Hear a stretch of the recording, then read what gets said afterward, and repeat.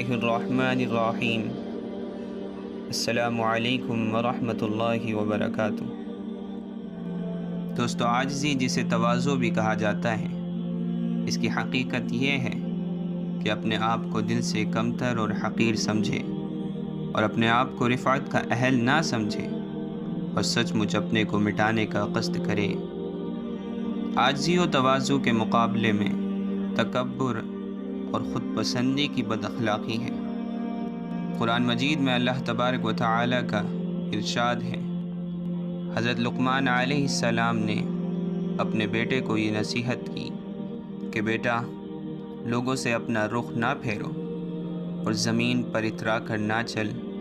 بے شک اللہ تعالیٰ کسی تکبر کرنے والے اور فخر کرنے والے کو پسند نہیں کرتا، اور اپنی رفتار میں اعتدال اختیار کر، یعنی بے تکلف اور متوسط رفتار، تواضع اور سادگی کے ساتھ اختیار کر، اور بولنے میں اپنی آواز کو پست کر، یعنی گفتگو میں بھی عاجزی اور تواضع اختیار کر۔ ایک حدیث میں آپ صلی اللہ علیہ وسلم نے ارشاد فرمایا، اس شخص کے لیے خوشی ہی خوشی ہے، ناکامی نہیں، جس نے تواضع اختیار کی۔ اس مبارک حدیث سے معلوم ہوا کہ عاجزی اور تواضع اختیار کرنے والے کو کبھی بھی ناکامی نہیں ہوتی، اسے ہمیشہ اللہ تعالیٰ کی جانب سے خوشی حاصل رہتی ہے۔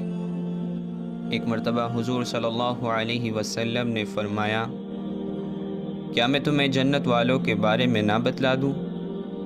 وہ ہر کمزور اور متواضع شخص ہے کہ اگر وہ اللہ تعالیٰ کے بھروسے پر کوئی قسم اٹھا لے تو اللہ تعالیٰ اس کو ضرور پوری فرماتے ہیں۔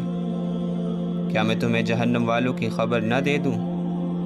ہر جھگڑالو اور ہر دھرم اور متکبر شخص۔ اسی طرح ایک حدیث میں آتا ہے، آپ صلی اللہ علیہ وسلم نے فرمایا، جو کوئی بھی اللہ تعالیٰ کے لیے تواضع اختیار کرتا ہے، اس کو اللہ تعالیٰ بلند فرماتے ہیں۔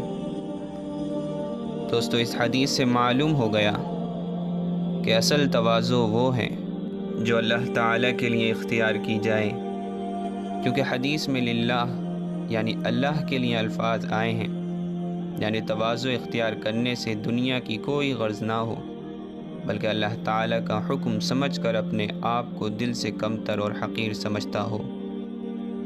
دوستو، اپنے اندر عاجزی اور تواضع پیدا کرنے کا طریقہ یہ ہے کہ اپنے آپ کو سب سے کمتر اور حقیر جانیں، اللہ تعالیٰ کی کبریائی ہر وقت پیش نظر رکھے، اور یہ سوچے کہ اللہ تعالیٰ کو تکبر سے نفرت ہے تو متکبر سے بھی ضرور نفرت ہوگی، اور اللہ تعالیٰ تواضع اور عاجزی کو پسند فرماتا ہے تو متواضع کو بھی پسند فرمائے گا، اور اسی کے ساتھ اپنے عیبوں اور اپنی نالائکیوں کو یاد کرتا رہے اور دوسروں کی اچھائیوں اور بھلائیوں پر نظر رکھا کریں۔